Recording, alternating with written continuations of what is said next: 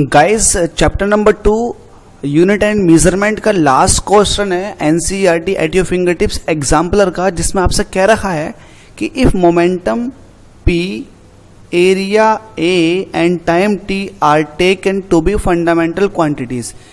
ठीक है, momentum, area और टाइम को फंडामेंटल यूनिट मान लिया गया। Then energy has the dimension formula, तो एनर्जी का डायमेंशन फॉर्मूला होगा क्या। ठीक है, तो आपको सबसे बेस्ट तरीका जो सॉल्व करने का वो ये है, आप ये देख लीजिएगा कि एनर्जी किन किन चीज़ों पर डिपेंड कर रही है। फिर यूं कहें कि एनर्जी को किस किस में आपको कन्वर्ट करके लिखना है। तो एनर्जी को लिखना मोमेंटम में, तो मोमेंटम P इसकी पावर A लगा दीजिएगा, एरिया A इसकी पावर B हो गई और टाइम T इसकी पावर C हो गई। ठीक है, अब एनर्जी का यूनिट मैं आपको बता चुका हूँ mL2T-2 होता। ठीक है, आप दोनों तरफ यूनिट लिखिएगा कि कांस्टेंट है, कांस्टेंट का कोई यूनिट नहीं होता। P क्या मोमेंटम है, तो P इज इक्वल टू होता है mv, m का होता है m और वेलोसिटी का होता है L-T-1। तो ये हो जाएगा आपके पास mL-T-1, इसकी पावर A है तो A रिप्रेजेंट कर दो। अब यहाँ एरिया है, एरिया होता है लेंथ की पावर 2, यहाँ B हो जाएगा।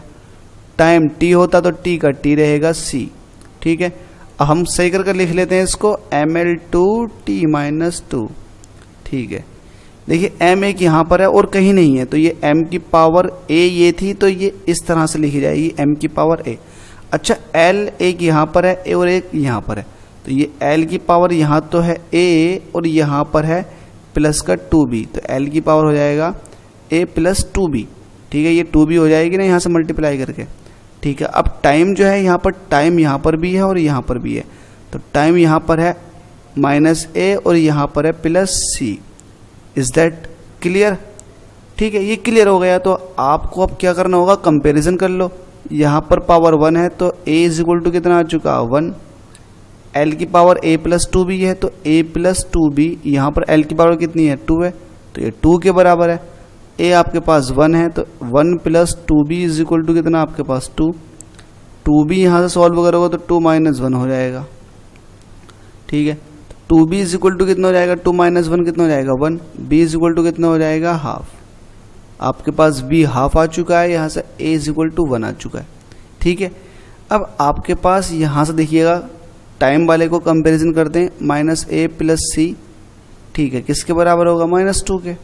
अब a की जगह कितना रख दोगे आप 1, तो माइनस का 1 plus c is equal to minus 2, तो c इज इक्वल टू कितना हो जाएगा माइनस 2 प्लस 1, माइनस का 1 आ जाएगा, तो c की वैल्यू कितनी आ जाएगी माइनस 1, a की वैल्यू 1, b की वैल्यू हाफ। ठीक है, इन तीनों वैल्यूज को आप पुट कर दीजिएगा, e इज इक्वल टू के p की पावर। अब देखिए p कितना आपके पास, p की पावर a, तो a की वैल्यू आई है 1। ठीक है, अब देखो p1 किस में दे रखा, ऑप्शन भी चेक करते रहना साथ में। p1 यहाँ पर भी है, यहाँ पर p1 है, p2 है यहाँ पर, तो ये तो होगा नहीं। ठीक है, ऐसे ही आपको अब p के साथ साथ दूसरा था आपके पास a की पावर b, a की पावर b और b कितना आपके पास हाफ, तो p a की पावर हाफ कहाँ पर है, p a की पावर माइनस 1, ये तो गलत हो गया। a की पावर प्लस 1, ये तो पहले से गलत हो चुका। a की पावर प्लस हाफ, यहाँ पर प्लस हाफ है और यहाँ पर माइनस हाफ है, तो माइनस हाफ वाला गलत हो जाएगा। डी ऑप्शन बिल्कुल ठीक हो जाएगा। चेक करने के लिए आप ऐसे चेक कर सकते हो। और लास्ट में t बचा था, t की पावर c मतलब माइनस 1। अब आप पूरी तरह से चेक कर लो कि यही ऑप्शन आपका बिल्कुल ठीक होगा। तो इस तरह से आप कर सकते हो खुद से सॉल्व।